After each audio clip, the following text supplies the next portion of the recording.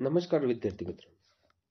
आज आपण पोलीस भरती, वनरक्षक आणि सर्व स्पर्धा परीक्षेसाठी उपयुक्त असणारा विषय म्हणजे भारतीय राज्यघटना. हमखास मार्क मिळवून देणारा हा विषय आहे. तर आपण याची एक लेक्चर सिरीज चालू करणार आहोत. यामध्ये 22 ते 23 लेक्चर असतील. या 22 ते 23 लेक्चरमध्ये सर्व तुमची पॉलिटी म्हणजे राज्यघटना कव्हर केल्या जाणार आहे. तर चला जास्त वेळ न घेता आज आपण लेक्चर सिरीजला सुरुवात करूयात. आज आपण जसं या दोघांना प्रश्न पडला असेल की काय बघणार आहोत नेमकं आपण पॉलिटीमध्ये, तर आजच्या लेक्चरमध्ये आपण संविधान सभेची निर्मिती, तिची रचना, रचनेत झालेला बदल, संविधान सभेचे सदस्य कोण कोण होते, त्यामध्ये महिला सदस्य किती होत्या, कोण कोण आहेत, त्यानंतर बैठका, त्यानंतर अध्यक्ष उपाध्यक्ष कोण होते, त्यानंतर ज्या काही समित्या होत्या त्या समित्या, त्यामधील सर्वात महत्त्वाची समिती मसुदा समिती आणि काही वैशिष्ट्यपूर्ण माहिती आजच्या लेक्चरमध्ये आज बघणार आहोत. वेळ न घालवता आपण लेक्चरला सुरुवात करणार आहोत. पहिला पॉइंट आहे बघा, संविधान सभेची निर्मिती व रचनेसंदर्भात. तर जी काही संविधान सभा निर्माण झालेली आहे, ही संविधान सभा कोणत्या योजनेनुसार निर्माण झालेली आहे, तर त्रिमंत्री योजनेनुसार झालेली आहे. तिला त्रिमंत्री योजना म्हणण्यामागचं कारण काय, तर याच्यामध्ये 3 मंत्री होते आणि ते 3 मंत्री कोण होते, तर लॉर्ड पॅथिक लॉरेन्स हे पहिले मंत्री होते, त्यानंतर सर टॅफोर्ड क्रिप्स हे दुसरे मंत्री होते, तर A.V. अलेक्झांडर हे तिसरे सदस्य होते. यामुळेच या योजनेला त्रिमंत्री योजना असे म्हणतात. ही कधीची आहे, तर 1946 ची ही योजना आहे, हे तिथे लक्षात ठेवणं गरजेचं आहे. दुसरी गोष्ट, या योजनेला आणखी एक नाव दिलं गेलेलं आहे, ते म्हणजे कॅबिनेट मिशन. मग सरळ जर आपल्याला प्रश्न विचारला की संविधान सभेची निर्मिती कोणत्या मिशननुसार झाली, कोणत्या योजनेनुसार झाली, तर कॅबिनेट मिशन हे त्याचं योग्य उत्तर असणार आहे, हे तिथे आपल्याला लक्षात ठेवणं गरजेचं आहे.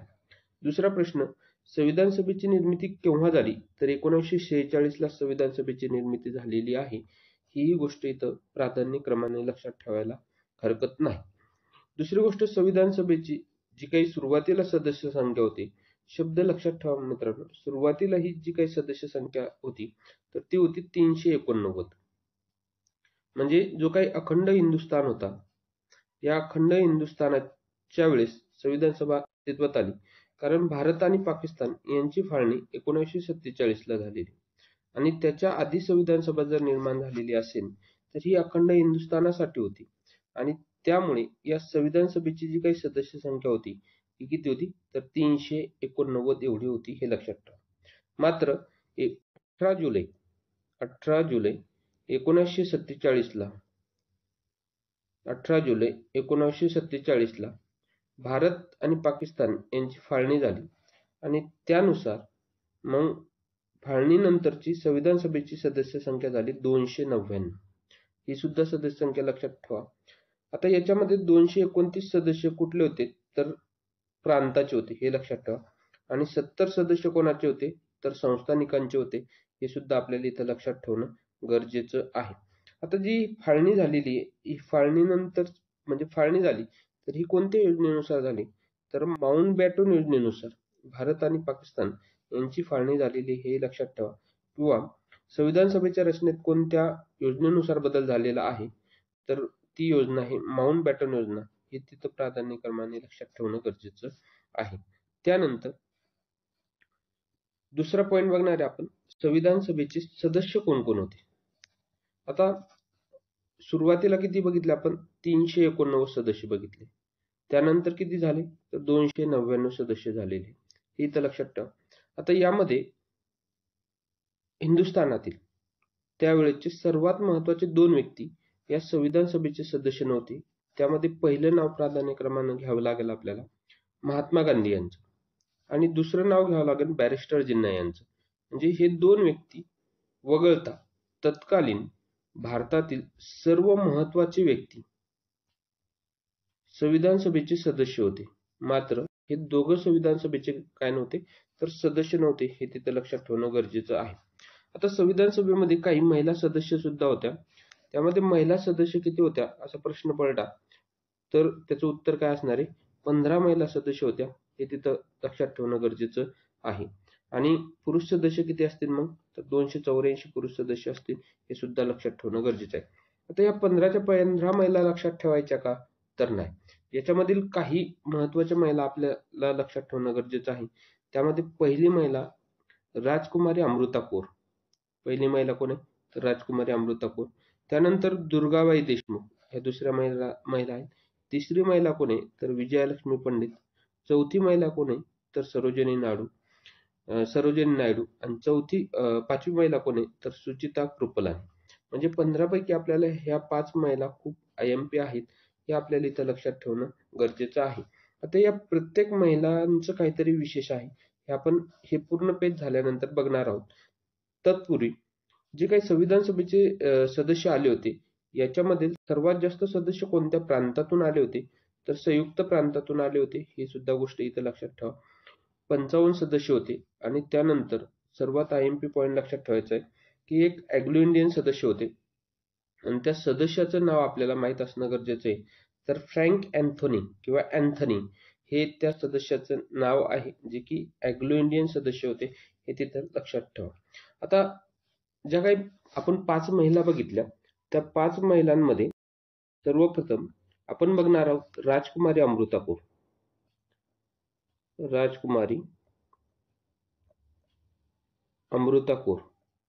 आता राजकुमारी अमृता कौर कोण होत्या? तर प्राधान्यक्रमानं हे लक्षात ठेवा, भारतातील पहिली कॅबिनेट महिला मंत्री हे तिथे लक्षात ठेवणं गरजेचं आहे. दुसरी गोष्ट, त्यांच्याकडे कोणतं खातं होतं? तर आरोग्य खातं देण्यात आलं होतं, हे सुद्धा इथं लक्षात ठेवा. भारतातील पहिली महिला कॅबिनेट मंत्री कोण? असा जर प्रश्न आला तर अमृता कौर हे सुद्धा नाव राहू शकतं, किंवा जे काही आपण पूर्ण नाव सांगितलंय राजकुमारी अमृता कौर हे सुद्धा राहू शकतं, हे तिथं लक्षात ठेवा. आता दुसऱ्या महिला कोण? तर दुसरी महिला बघूयात आपण, विजयालक्ष्मी पंडित. कोण? विजयालक्ष्मी पंडित ह्या दुसऱ्या महिला आहेत. विजयालक्ष्मी पंडित. आता यांच्या संदर्भात माहिती बघताना सर्वात पहिली महत्वाची गोष्ट लक्षात ठेवायची यांच्या संदर्भात, तर संयुक्त राष्ट्राच्या आमसभेच्या त्या पहिल्या महिला अध्यक्ष आहेत. संयुक्त राष्ट्राची जी काही आमसभा होती, त्या आमसभेच्या पहिल्या महिला अध्यक्ष आहेत. हे तिथे लक्षात ठेवा. आणि दुसरी गोष्ट महाराष्ट्राच्या दृष्टीने खूप महत्वाची गोष्ट आहे, तर विजयालक्ष्मी पंडित ह्या महाराष्ट्राच्या पहिल्या महिला राज्यपाल आहेत. कोण? तर विजयालक्ष्मी पंडित, हे लक्षात ठेवा. दुसरी गोष्ट, महाराष्ट्राला आतापर्यंत महिला मुख्यमंत्री भेटलेले नाही, मात्र महिला राज्यपाल मिळालेल्या आहेत, ही गोष्ट प्राधान्यक्रमाने लक्षात ठेवा. आता त्यानंतरची पुढची महिला आपण बघणार आहोत. पुढची महिला कोण आहे? तर पुढच्या महिला आहे बघा, सुचिता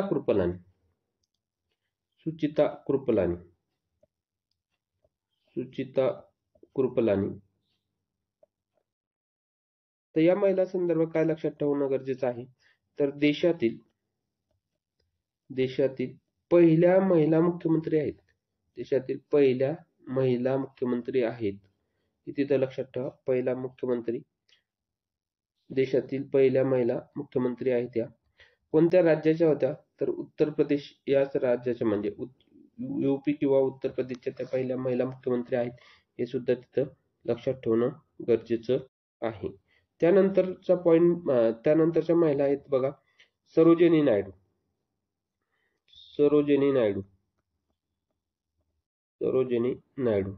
आता ह्या महिला तर खूप महत्वाच्या आहेत. कारण काय? तर जी काही सविनय कायदेभंग चळवळ झाली होती, सविनय कायदेभंग चळवळ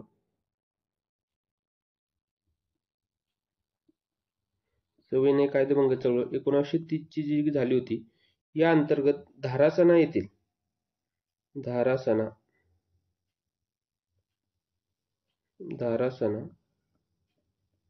धारासाना येथील मिठाच्या सत्याग्रहाचं नेतृत्व कोण केलं होतं?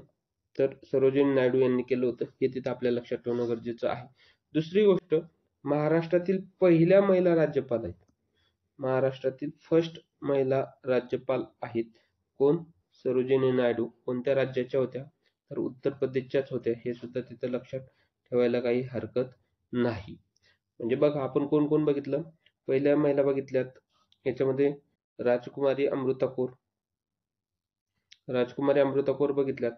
आता ह्या राजकुमारी अमृता कौर कोण होत्या? तर पहिल्या महिला केंद्रीय कॅबिनेट मंत्री होत्या. ह्या कोणतं खातं देण्यात आलं होतं? तर आरोग्य खातं देण्यात आलं होतं.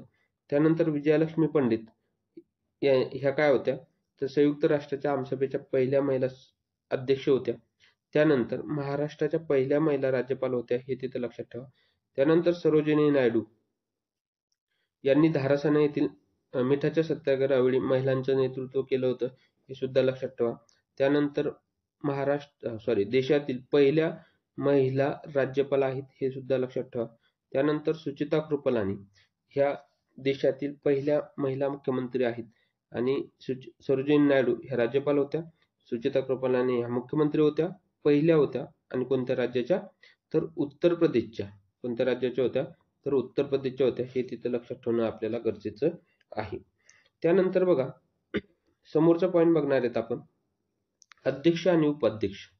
अध्यक्ष आणि उपाध्यक्ष. आता संविधान सभेचं पहिलं अधिवेशन कधी भरलं होतं?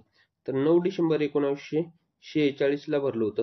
ठिकाण लक्षात ठेवा मित्रांनो. ठिकाण दिल्ली इथं भरलं होतं, सेंट्रल हॉलमध्ये.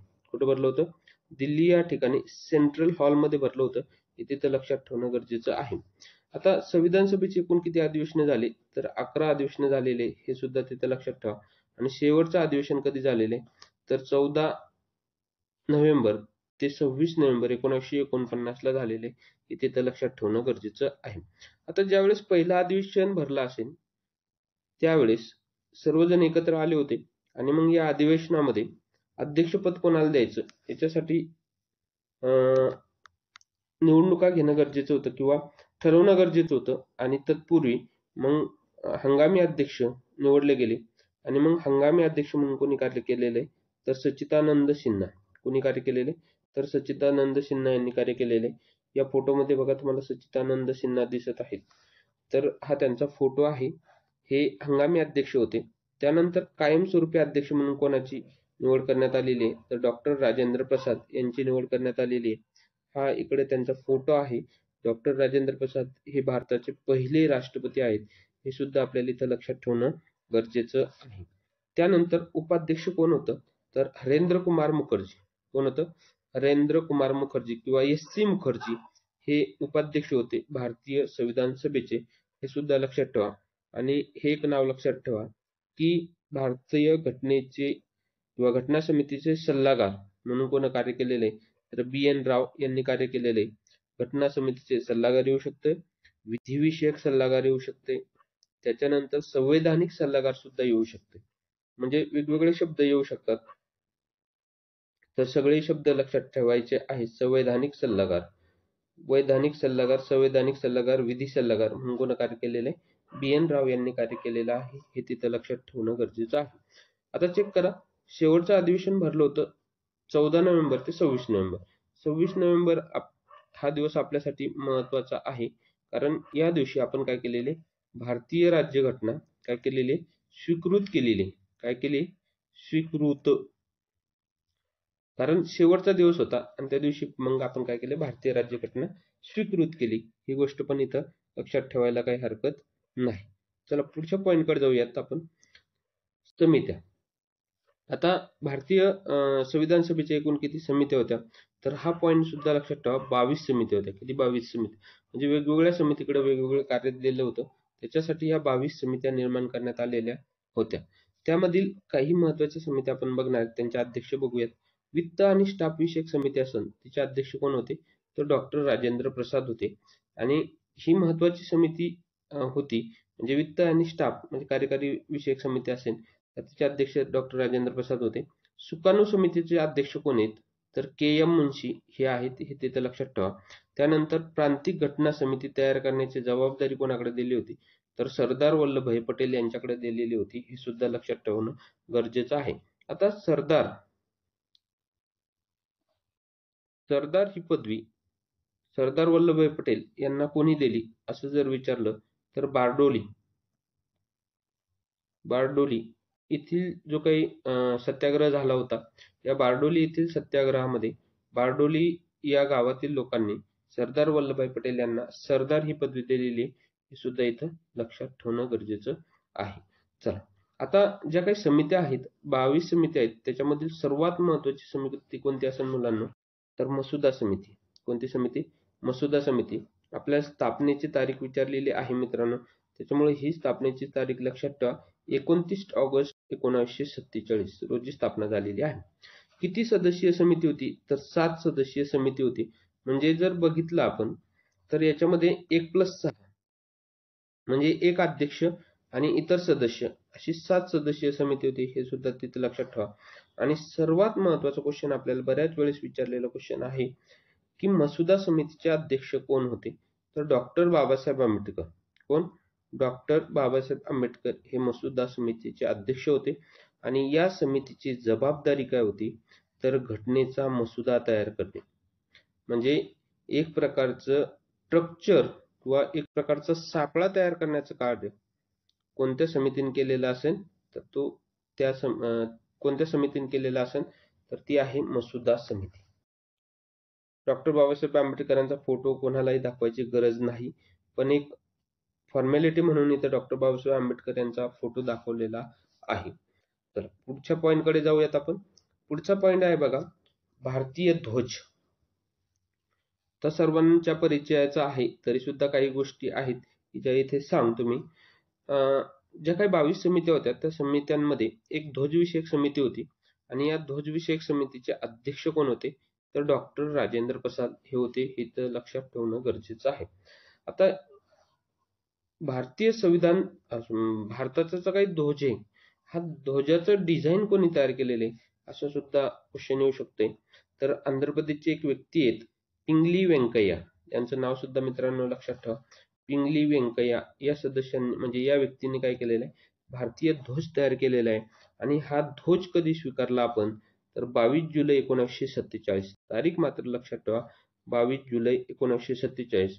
म्हणून 22 जुलै हा कोणता दिवस साजरा केला जातोय, तर राष्ट्रीय ध्वज दिवस साजरा केला जातोय. हे तिथं लक्षात ठेवणं गरजेचं आहे. त्यानंतर सगळ्यांनाच रंग माहित आहेत, पण याच्या संदर्भातलं कोणता रंग कशाचं प्रतीक आहे, हा सुद्धा आपल्याला क्वेश्चन विचारला जातोय. त्यामुळे ही माहिती इथं सांगतो. केसरी रंग कशाचं प्रतीक आहे, तर शौर्य आणि शक्तीचं प्रतीक आहे. पांढरा रंग कशाचं प्रतीक आहे, तर शांततेचं प्रतीक आहे. हिरवा रंग कशाचं प्रतीक आहे, तर समृद्धी, विकास आणि हरित क्रांतीचं प्रतीक आहे. हे तिन्ही शब्द इथं प्रामुख्याने लक्षात ठेवा. समृद्धीचं सुद्धा प्रतीक आहे, हरित क्रांतीचं सुद्धा प्रतीक आहे आणि विकासाचं सुद्धा प्रतीक आहे हिरवा रंग. आता जो काही भारतीय ध्वज आहे, या ध्वजावर अशोक चक्र आहे. हे अशोक चक्र कुठनं घेतलेलं आहे, तर अशोक स्तंभावरून घेतलेलं आहे. आता हा अशोक स्तंभ कुठं आहे, तर मध्य प्रदेशमध्ये आहे. कुठं, तर सारनाथ. कोणत्या ठिकाणी? सारनाथ या ठिकाणी. इथे तर लक्षात ठेवणं गरजेचं आहे. आणि मग हे जे काही तुम्हाला हे दिसत आहेत, तर त्याला म्हणतात आरे. आणि एकूण किती आरे आहेत, तर 24 आरे. हे सुद्धा तिथं लक्षात ठेवणं गरजेचं आहे. आता जर रंग जर विचारला, प्रामुख्याने जर रंग विचारला की बाबा अशोक चक्राचा रंग कोणता आहे, तर याच्या संदर्भात एक पॉईंट लक्षात ठेवा मित्रांनो, गडद निळा. गडद निळा, फक्त निळा म्हणायचं नाही, तर गडद निळा रंग आहे, हे तिथं लक्षात ठेवा. त्यानंतर ध्वजगीत. ध्वजगीत कोणतं आहे, तर विजयी विश्व तिरंगा हमारा. हे काय आपलं ध्वजगीत आहे, हे तिथं लक्षात ठेवा. याचं लिखाण कोण केलेलं आहे, एखाद्या जर प्रश्न पडला तर हे सुद्धा लक्षात ठेवणं गरजेचं आहे. श्यामलाल गुप्त पार्षद. कोणी? श्यामलाल गुप्त पार्षद यांनी ध्वज जे गीत आहे आपलं ध्वजगीत, या ध्वजगीताचं लिखाण केलेलं आहे. आणि सर्वात महत्वाचा आपल्याला बऱ्याच वेळेस प्रश्न आलेला आहे, तो प्रश्न आहे, या ध्वजाची लांबी आणि रुंदी किती असायला पाहिजे किंवा कोणत्या प्रमाणात असायला पाहिजेत, तर त्याचं उत्तर आहे 3:2 प्रमाणात. म्हणजे जर 3चं प्रमाण वाढवलं तर त्याच प्रमाणात 2चं प्रमाण वाढवणं गरजेचं आहे. म्हणजे कसं, तर 3ला 3 न गुणलं तर 9 येणार, म्हणून 2ला सुद्धा 3 न गुणायचं म्हणजे 9 6 येणार. याचं संक्षिप्त रूप केलं तर ते किती येते शेवटी 3 2च येते. हे तिथं लक्षात ठेवा. चला पुढच्या पॉईंटकडे जाऊयात आपण. आता पुढचा पॉईंट आहे राष्ट्रगीत आणि राष्ट्रीय गीत. या दोघांमध्ये फरक आहे मित्रांनो, राष्ट्रगीत आणि राष्ट्रीय गीतामध्ये. तर चेक करा, राष्ट्रगीत कोणतं आहे आपलं, तर जनगण मन. याचं लिखाण कोणी केलेलं आहे, तर रवींद्रनाथ टागोरांनी केलेले आहे. हे कोणत्या कादंबरीतून घेण्यात आलंय, तर गीतांजली या म्हणजे रवींद्रनाथ टागोरांची कादंबरी कोणती आहे, तर गीतांजली ही कादंबरी आहे. आता राष्ट्रगीत गायनासाठी किती कालावधी लागतोय, तर 22 सेकंद एवढा कालावधी लागतो. आणि कमी कालावधी किती, तर 20 सेकंदात सुद्धा आपण राष्ट्रगीत म्हणू शकतो. म्हणजे जे काही एखाद्या वेळेस शेवटचं कडवंच म्हणल्या जाते, म्हणजे राष्ट्रगीतातील शेवटची लाईन म्हणल्या जाते, तर ती 20 सेकंदाच्या आत म्हणणं बंधनकारक आहे. आणि बाकीचं जे काही पूर्ण राष्ट्रगीत आहे ते 52 सेकंदात म्हणणं गरजेचं आहे. हा रवींद्रनाथ टागोरांचा फोटो आहे, हे तिथे लक्षात ठेवा. कसे दिसत होते ते चेक करा. त्याच्यानंतर राष्ट्रीय गीत ही, तर राष्ट्रीय गीत कोणतं आहे, तर वंदे मातरम राष्ट्रीय गीत आहे. ही कोणत्या कादंबरीतून घेण्यात आलेलं आहे, तर आनंदमठ कादंबरीतून घेण्यात आलेलं आहे. याचं लिखाण कोण केलेलं आहे, तर बंकिमचंद्र चॅटर्जी. कोणी केलेलं आहे, बंकिमचंद्र चॅटर्जी यांनी केलेलं आहे, हे तिथं लक्षात ठेवायचंय. आणि तुमच्यासाठी खास प्रश्न असेल मित्रांनो, की राष्ट्रीय गीत शोधा. राष्ट्रीय गीत जे आहे ते किती कालावधीत म्हणणं गरजेचं आहे. काय म्हणले, राष्ट्रीय गीत किती कालावधीत म्हणणं गरजेचं आहे, हा प्रश्न तुमच्यासाठी असेल. याचं उत्तर मला कमेंट्स मध्ये नक्की सांगा. चला पुढची माहिती बघूयात आपण. राष्ट्रगीत आणि राष्ट्रीय गीतासंदर्भात लक्षात ठेवायचंय, राष्ट्रगीताचं प्रथम गायन कधी झाले, तर 1911 रोजी झालेले आहे. आणि राष्ट्रीय गीताचं गायन कधी झाले, तर 1896 मध्ये झालेले. दोन्ही गोष्टी लक्षात ठेवा. आणि कुठं झालं ठिकाण, तर कलकत्ता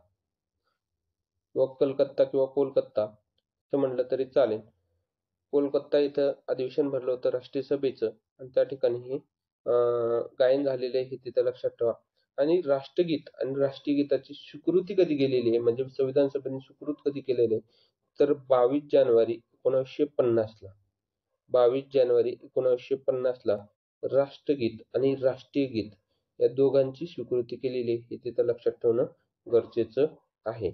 आणि सर्वात महत्वाचं म्हणजे राष्ट्रीय गीताचे जे काही जनक आहेत, बंकिमचंद्र चॅटर्जी, हे या फोटोमध्ये दिसत आहेत, हे पण इथं बघून घ्या. चला तर पुढचा पॉईंट बघूयात. खास म्हणजे तुमच्यासाठी बघा, परिवर्तन अकॅडमी. आपली अकॅडमी कुठं आहे, तर भोसरी पुणे या ठिकाणी आहे. मी स्वतः Sandeep Dhawale sir MA BEd आहे, Vikas Gite sir MSc BEd आहे, म्हणजे वेल क्वालिफाईड शिक्षक आहेत. मी स्वतः गणित आणि सामान्य हे 2 सब्जेक्ट शिकवतो. विकास सर मराठी आणि बुद्धिमत्ता हे 2 विषय शिकवतात. आमचा फॉर्म्युला एक आहे मित्रांनो, की तुम्ही आठवडाभर लेक्चर करा, त्याच्यानंतर आमच्यात क्वालिटी असेल तर काय करायचं, तुम्ही ऍडमिशन घ्यायचं, नाहीतर अन्यथा ऍडमिशन घ्यायचं नाही, हे लक्षात ठेवायचं. पोलीस भरतीसाठी किंवा भोसरी किंवा PCMC एरियामध्ये सर्वात जास्त निकाल देणारी अकॅडमी कोणती असेल, तर परिवर्तन अकॅडमी आहे. आणि आपली शाखा आळंदी देवाची येथे सुद्धा आहे. 2 ठिकाणी आपले अकॅडमी आहे. दोन्ही ठिकाणी आम्ही शिकवतो 2 जण. तर दोन्ही ठिकाणी क्वालिटीत काही फरक पडणार नाही, याची आम्ही शाश्वती तुम्हाला देतो. कोणाला प्रवेश घ्यायचा असेल तर हा इथे माझा नंबर आहे, म्हणजे विकास सरचा पण आहे, माझा पण आहे, तर कधी पण तुम्ही कॉल करू शकता. चला तर परत विषयाकडे येऊयात आपण. त्यानंतर येते स्वीकृती आणि अंमलबजावणी. आता भारतीय राज्यघटनेची स्वीकृती कधी केली गेली आणि अंमलबजावणी कधी गेली, ह्या दोन्ही तारखा मात्र वेगळ्या आहेत. आणि याच्यात सर्वात जास्त मुलांचा घोळ होतो. तर 26 नोव्हेंबर 1949 ला भारतीय राज्यघटना स्वीकृत केली गेली. म्हणजे 26 नोव्हेंबर हा दिवस संविधान दिन म्हणून साजरा केला जाते. आणि लागू कधी केली किंवा अंमलबजावणी कधी झाली, अंमलबजावणीलाच आपण लागू म्हणू शकतो. लागू कधी केली, तर 26 जानेवारी 1950 ला केली आणि या दिवसाला प्रजासत्ताक दिन असं म्हटलं जाते. आता जर सोप्या भाषेत सांगायचं झालं मित्रांनो, तर एक गोष्ट लक्षात ठेवा, लग्न ठरलंय. काय ठरलंय? लग्न ठरलंय आणि लग्नात घालण्यासाठी आपल्याला कपडे घ्यायचे. काय घ्यायचे? कपडे. कपडे घ्यायचे. तर हे कपडे कधी घेतलेत आपण? 26 नोव्हेंबर 26 नोव्हेंबर 26 नोव्हेंबरला घेतलेत. आणि लग्न कधी? आपलं लग्न म्हणजे ते कपडे लग्नासाठी होते. आणि ते कपडे कधी घातलेत आपण? तर 26 जानेवारीला घातले. म्हणजे घेतलेत कधी कपडे? तर 26 नोव्हेंबरला. घातलेत कधी? 26 जानेवारीला. मग बाकीचे हे 2 साल लक्षात ठेवा की 1949 आणि 49 आणि 1950. पण 26 नोव्हेंबर हा कोणता दिवस आहे? तर संविधान दिवस आहे. आणि 26 जानेवारी हा कोणता दिवस आहे? प्रजासत्ताक दिवस आहे. त्यालाच घटनेचा प्रारंभी दिन किंवा गणराज्य दिन असं सुद्धा म्हटलं जातं. हे सुद्धा तिथं लक्षात ठेवणं गरजेचं आहे.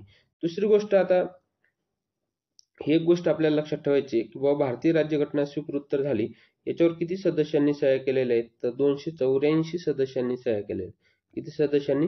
284 सदस्यांनी सह्या केलेल्या आहेत. हे तिथं लक्षात ठेवा. पहिले सही करणारी व्यक्ती कोण? म्हणजे भारतीय राज्यघटनेवर पहिले सही करणारी व्यक्ती कोण आहे? तर पंडित जवाहरलाल नेहरू. कोण आहेत? पंडित नेहरू हे पहिले सही करणारे व्यक्ती आहेत. आणि सगळ्यात शेवटची सही करणारी व्यक्ती कोण आहेत? तर डॉक्टर राजेंद्र प्रसाद. कोण आहेत? डॉक्टर राजेंद्र प्रसाद. मात्र भारतीय राज्यघटनेवरची पहिली सही कोणाची? पहिली तर डॉक्टर राजेंद्र प्रसाद यांची. म्हणजे पहिल्या क्रमांकाची क्रमांक जर विचारलं तुम्हाला क्रमांक, तर उत्तर येणारे डॉक्टर राजेंद्र प्रसाद यांनी पहिल्या क्रमांकावर सही केलेली आहे. पण पहिली सही कोण केली? तर पंडित जवाहरलाल नेहरू यांनी केलेली आहे. हे तिथं लक्षात ठेवा. आणि सर्वात शेवटची सही कोणाची? शेवटची सही कोणाची? क्रमांकानुसार तर फिरोज गांधी. कोणाची? फिरोज गांधी यांची आहे. हे तिथं लक्षात ठेवा. कोणाची आहे? फिरोज गांधी यांची आहे. ते एक लक्षात ठेवणं गरजेचं आहे. त्यानंतर बघूयात आपण पुढचा पॉइंट आहे बघा, वैशिष्ट्यपूर्ण माहिती. आता काय काय वैशिष्ट्यपूर्ण माहिती आहे ते चेक करूयात आपण इथं. सुरुवातीला भारतीय राज्यघटनेमध्ये 22 भाग होते, 395 कलम होते आणि 8 परिशिष्ट होते. याच्यावर हमखास प्रश्न विचारला जातो मित्रांनो, किती भाग होते? तर 22 भाग होते, 395 कलम होते आणि 8च परिशिष्ट होते. मात्र सध्या जर बघितलं आपण सध्या, तर किती भाग आहेत असं विचारलं जातंय. तर 25 भाग आहेत, 465 कलम आहेत आणि 12 परिशिष्ट आहेत. तुम्ही या 2 गोष्टी नाही लक्षात ठेवल्या तरी चालेल. किती भाग आहेत सध्या, मात्र 12 परिशिष्ट तुम्हाला कायमस्वरूपी लक्षात ठेवणं गरजेचं आहे. आता ही जी काही भारतीय राज्यघटना तयार केलेली आहे, ही तयार करण्यासाठीचा कालावधी किती लागलेला आहे, याच्यावर बऱ्याच वेळेस प्रश्न पडलेले आहेत. तर ते आपल्याला लक्षात ठेवणं गरजेचं आहे. तर कालावधी लागलाय 2 वर्ष. 2 वर्ष 11 महिने 18 दिवस एवढा. 2 वर्ष 11 महिने 18 दिवस एवढा कालावधी लावलाय. म्हणजेच काय? 1082 दिवस. हा आकडा सुद्धा लक्षात ठेवणं गरजेचं आहे. किती कालावधी लागलाय? तर 1082 दिवस एवढा कालावधी लागलेला आहे. तिथं लक्षात ठेवायचं. मात्र संविधान सभेनं प्रत्यक्ष किती दिवस कामकाज केलं? तर 165 दिवस कामकाज केलेलं आहे. हे मात्र तिथं लक्षात ठेवणं गरजेचं आहे. 165 दिवसच कामकाज केलेलं आहे. ह्या चारही गोष्टी आपल्यासाठी खूप महत्त्वाच्या आहेत मित्रांनो, त्याच्यामुळे त्या लक्षात ठेवा. आता हे बुक हे बघा, या बुकमध्ये तुम्हाला 2 सिम्बॉल दिसत आहेत. ते आपल्याच अकॅडमीचे आहेत, परिवर्तन अकॅडमी. चला पुढचा पॉइंट बघूयात आपण. खर्च किती लागलेला आहे? खर्च तर जवळपास 64 लाख रुपये खर्च लागलेला आहे. किती लाख रुपये? 64 लाख रुपये खर्च लागलेला आहे. हे सुद्धा लक्षात ठेवायचं आहे. आणि मग उद्दिष्टाचा ठराव कोणी मांडला होता, असं सुद्धा प्रश्न विचारू शकतात. तर पंडित जवाहरलाल नेहरू यांनी उद्दिष्टाचा ठराव मांडला होता. आणि या उद्दिष्टाच्या ठरावावरच प्रस्तावना, भारतीय राज्यघटनेची जी काही प्रस्तावना आहे, ती प्रस्तावना किंवा प्रस्तावनेला सरनामा म्हणतात. प्रस्तावना किंवा सरनामा हा आधारित आहे, हे सुद्धा आपल्याला लक्षात ठेवायचं आहे. पंडित जवाहरलाल नेहरू यांचा हा फोटो आहे. त्यांना गुलाबाचं फूल फार आवडायचं म्हणून हा गुलाबाचं फुल ते नेहमी आपल्या शर्टच्या समोरच्या बटनामध्ये लावायचे. आता सर्वात महत्त्वाचा प्रश्न पडतोय की लिखाण कोण केलेलं आहे? भारतीय राज्यघटनेचं लिखाण कोणी केलेलं आहे? तर लिखाणासंदर्भात एका व्यक्तीचं नाव खूप महत्त्वाचं आहे आपल्याला. प्रेम बिहारी नारायण रायजादा. भारतीय राज्यघटनेचं लिखाण कोणी केलेलं आहे? प्रेम बिहारी नारायण रायजादा यांनी केलेलं आहे. हे सुद्धा तिथं लक्षात ठेवायचं आहे. आणि सर्वात महत्त्वाचा पॉईंट लक्षात ठेवा मित्रांनो, भारतीय राज्यघटनेवर कशाचा सर्वाधिक प्रभाव पडलेला आहे? तर 1935च्या कायद्याचा सर्वाधिक प्रभाव पडलेला आहे. हे तिथं लक्षात ठेवणं गरजेचं आहे. म्हणजे भारतीय राज्यघटना तयार करताना जवळपास 60 देशांच्या राज्यघटनांचा अभ्यास केला. मात्र सर्वाधिक प्रभाव कशाचा होता? तर 1935च्या कायद्याचा होता. का? तर 1935च्या कायद्यातील 3/4 भाग किंवा 75% भाग आपण जशाचा तसा भारतीय राज्यघटनेमध्ये घेतलेला आहे किंवा त्याचं अनुकरण करून त्यात बदल करून आपण भारतीय राज्यघटनेमध्ये घेतलेला आहे. हा पॉईंट मात्र इथं लक्षात ठेवा. सर्वाधिक प्रभाव कशाचा पडलेला होता? तर 1935च्या कायद्याचा पडलेला होता. हे सुद्धा तिथं लक्षात ठेवणं गरजेचं आहे. त्यानंतर धन्यवाद सगळ्यांनाच. धन्यवाद मित्रांनो, तुम्ही शेवटपर्यंत लेक्चरला राहिलात त्याबद्दल सर्वांचे आभारी आहोत. अशीच लेक्चर सिरीज तुम्हाला पाहिजे असेल तर आपलं यूट्यूब चॅनल आहे परिवर्तन अकॅडमी. या परिवर्तन अकॅडमी चॅनलला सबस्क्राईब करा आणि आवडलं असेल तर निश्चितपणे मित्रांना शेअर करा. आणि आपला व्हिडिओ पडला की नाही याच्यासाठी काय करा, हे कळण्यासाठी तुम्ही बेल आयकॉनला काय करा, क्लिक करा. म्हणजे जेणेकरून व्हिडिओ पडल्यानंतर तुम्हाला काय होईल, नोटिफिकेशन येईल आणि सर्वात पहिले तो व्हिडिओ तुम्ही बघसाल. आपल्या अकॅडमीबद्दल कोणाला इन्क्वायरी करायची असेल तर इथे स्क्रीनवर नंबर दिलेला आहे. दोन्हीपैकी कोणत्याही नंबरवर तुम्ही विचारू शकता. हे 2 नंबर आहेत. आपल्या 2 ठिकाणी शाखा आहेत. म्हणजे एक आळंदीमध्ये सुद्धा शाखा आहे. एक आळंदीमध्ये शाखा आहे आणि दुसरी शाखा कुठे आहे तर भोसरीमध्ये. हे दोन्ही तिथं लक्षात ठेवा आणि त्या अनुषंगाने हे करा. चलो, थँक्यू.